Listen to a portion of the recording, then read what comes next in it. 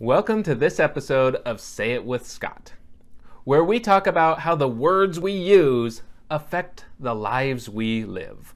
I'm Scott Sery, I'm a copywriter, and I'm a lover of how words can be tweaked just here and there, and those minor changes can dramatically enhance or diminish the message that we are sending.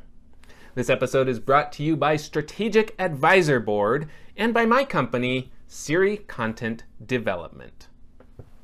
So today I want to talk to you about how the reader, how the consumer of anything written is physically changes when they read very well written copy.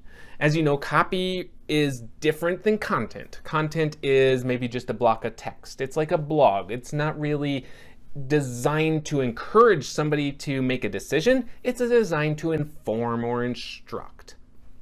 Copywriting, on the other hand, is designed to kind of control the reader.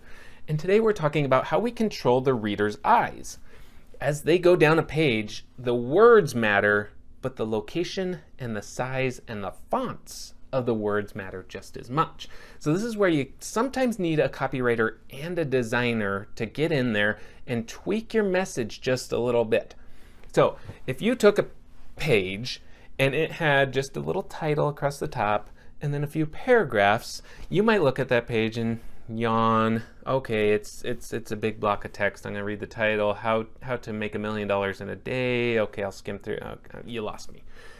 When you have a copywriter, one of their jobs with that copy is to really make that title pop out at you, which is done usually with making it bigger, centering it on the page.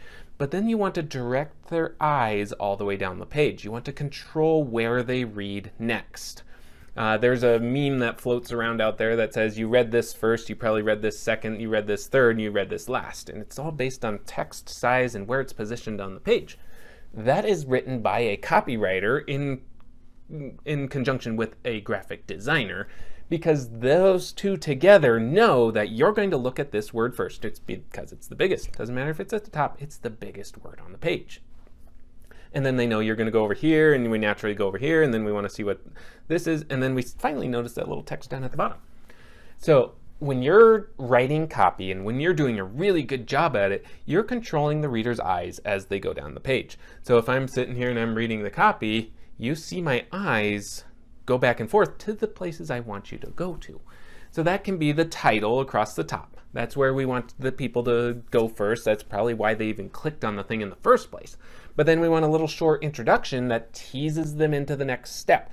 And then we'll have a little subheading and that says, that's great, but, you're like, oh crap, what's the but?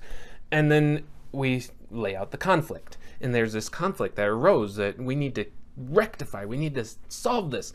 And we're building this excitement, but then we have this little bubble over here. And so now the reader's like, oh, I got to read the bubble.